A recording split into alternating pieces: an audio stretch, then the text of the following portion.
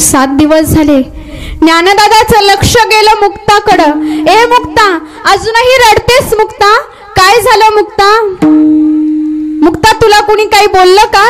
मुक्तानं सांगावं. अवतार होतात पण त्यांना सुद्धा त्रास होतो.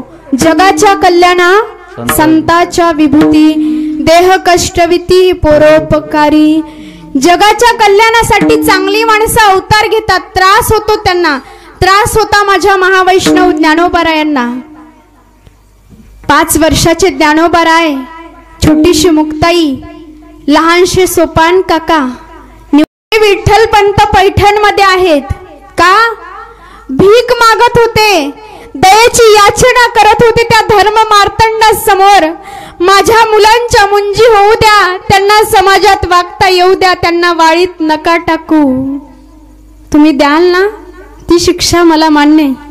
माझ्या मुलांच्या मुंजी होऊ द्या. गणेश शास्त्री, गोपाळ भट्ट समोर बसले आणि त्यांनी सांगितलं, एकच शिक्षा आहे तुम्हाला विठ्ठल पंत, देहांत प्रायश्चित. देहांत प्रायश्चित शब्द कानावर आले. विठ्ठल पंतचं शरीर थरारलं. कागद घेतला, झप झप झप पावलं टाकत सिद्ध बेटेच्या दिशेनं आले. रुक्मिणी माता दिवाबत्ती करून विठ्ठल पंताची वाट बघत बसली. आलात स्वामी, आलात? काय निर्णय झाला? काय सांगितलं त्या धर्म मार्तंडांनी? आता होणार ना आपल्या मुलांच्या मुंजी? आता घेतील ना त्यांना समाजात? घेतील, घेतील रुक्मिणी, पण त्यासाठी एक करावं लागल. रुक्मिणी, अगं आपल्याला देहांत प्रायश्चित घ्यावं लागल ग. देहांत प्रायश्चित. रुक्मिणी मातेच्या अंगावर सर्व दिशी काटा उभा राहिला. पतिव्रता होती. विचारलं, केव्हा निघायचं स्वामी? पतीनं सांगितलं आज मध्यरात्री निघायचं. रुक्मिणी मातेनं त्या दिवशी मांड्याचा स्वयंपाक केला. माझ्या ज्ञानाला मांडे फार आवडतात. माझ्या ज्ञानाला मांडे फार आवडतात. मांड्याचा स्वयंपाक झाला. एक घास घेतला, मुक्ताच्या तोंडात घातला.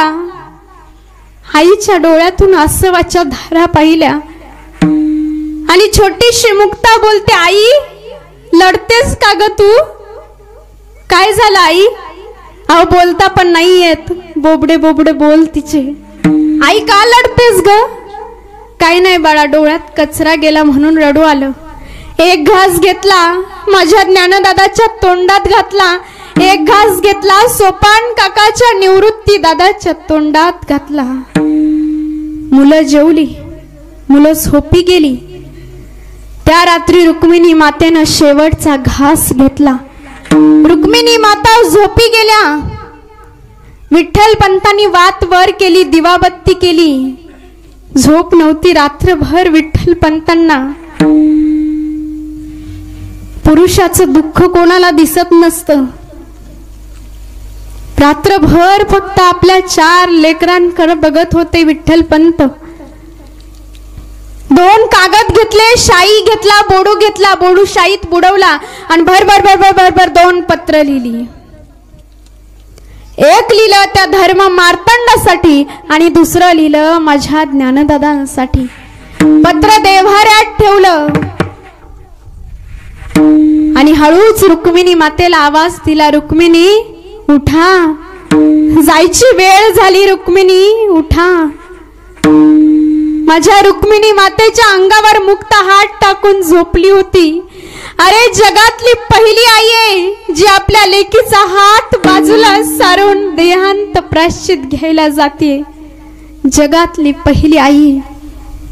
मुक्ताचा हात बाजूला केला, ताटी बाहेर पहिलं पाऊल टाकलं आणि रुक्मिणी मातेचे पाय ओढत नव्हते, वळून फक्त आपल्या 4 लेकरांकडे बघत होती रुक्मिणी माता. रुक्मिणी, नाही यायचं तर नका येऊ. जीव गुंतला ना तुमचा. मी तुमची पत्नी नाही रडते हो. या छोट्या छोट्या लेकरांची आई रडते हो. माझा ज्ञाना मोठा आहे, माझा सोपान मोठा आहे, माझा निवृत्ती मोठा आहे, पण माझी मुक्ता छोटीशी हो. तिला चोळीची गाठ पण नाही बांधता येतो. छोटीशी. झप झप पावलं टाकत त्या इंद्रायणी नदीच्या काठावर आले. त्या नदीच्या पाण्यामध्ये स्वतःला समर्पित करून घेतलं, देहांत प्रायश्चित घेतलं. का? त्या धर्म मार्तंडाचा आदेश होता म्हणून. आपल्या पोरांना न्याय मिळवण्यासाठी देहांत प्रायश्चित.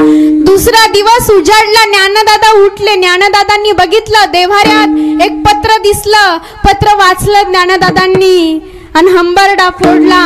ए आई, ए बाबा म्हणून डसा डसा रडायला लागले ज्ञानदादा.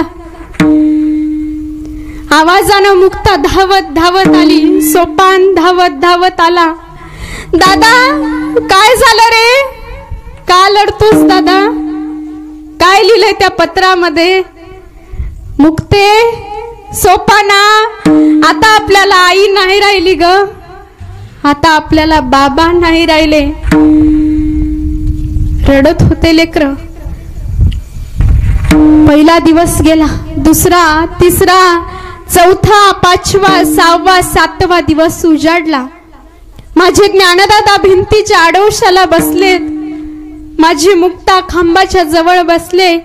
माझे निवृत्ती दादा पायरीला टेकून, माझे सोपान काका पायरीवर बसले. एकाच ठिकाणी टक लावून बघणारे हे चौघे भावंड. आई बाप नाही राहिले आता. 7 दिवस झाले. ज्ञानदादाचं लक्ष गेलं मुक्ताकडं. ए मुक्ता, अजूनही रडतेस मुक्ता? काय झालं मुक्ता? मुक्ता, तुला कुणी काही बोललं का? मुक्तानं सांगावं, नाही दादा, कुणी नाही बोललं. मुक्ता, आईची आठवण येते का ग? मुक्तानं सांगावं, नाही दादा. मुक्ता, बाबाची आठवण येते का ग? मुक्तानं सांगावं, नाही दादा, नाही येत. मुक्ता, भूक लागली का तुला? ज्ञानदादांनी ओळखलं, माझी मुक्ता 8 दिवस झालं जेवली नाही. 8 दिवस झालं तिच्या पोटात अन्नाचा कण नाही. ज्ञानदादा उठले. मुक्ता धावत धावत आली. ज्ञानदादाच्या गळ्याला पडली, हंबरडा फोडला. मुक्त्या, आईची आठवण आली तर माझ्या गळ्यात पडून रड, आणि बाबाची आठवण आली तर निवृत्ती दादाच्या गळ्यात पडून रड. मुक्ता, आपल्या चौघांना एकमेकांचे मायबाप बनायचंय.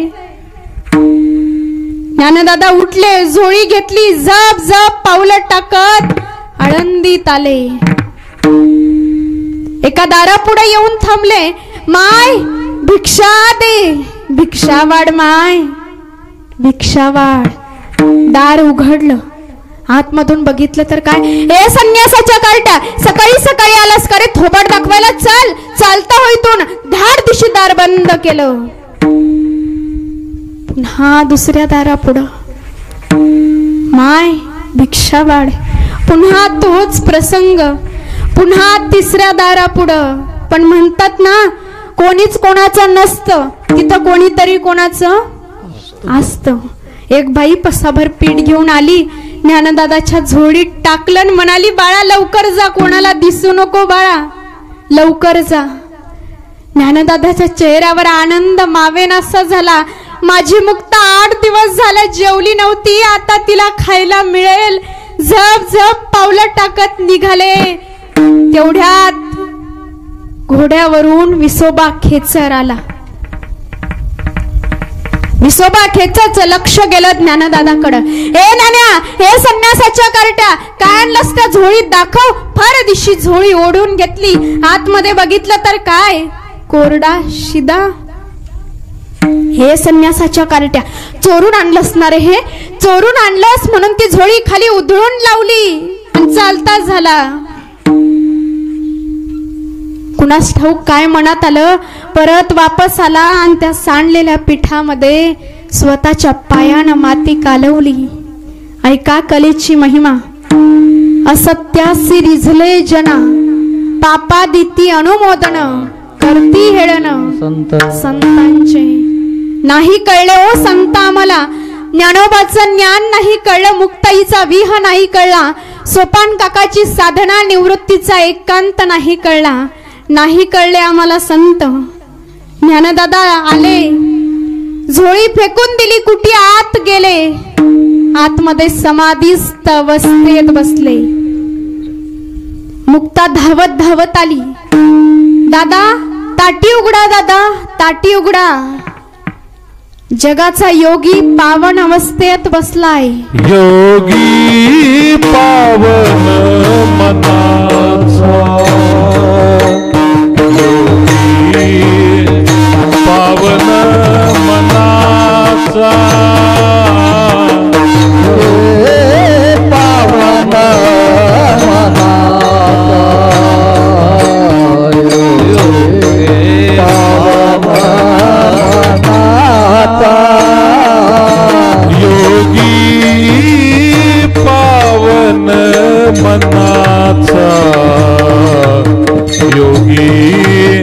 पावन मनाचा,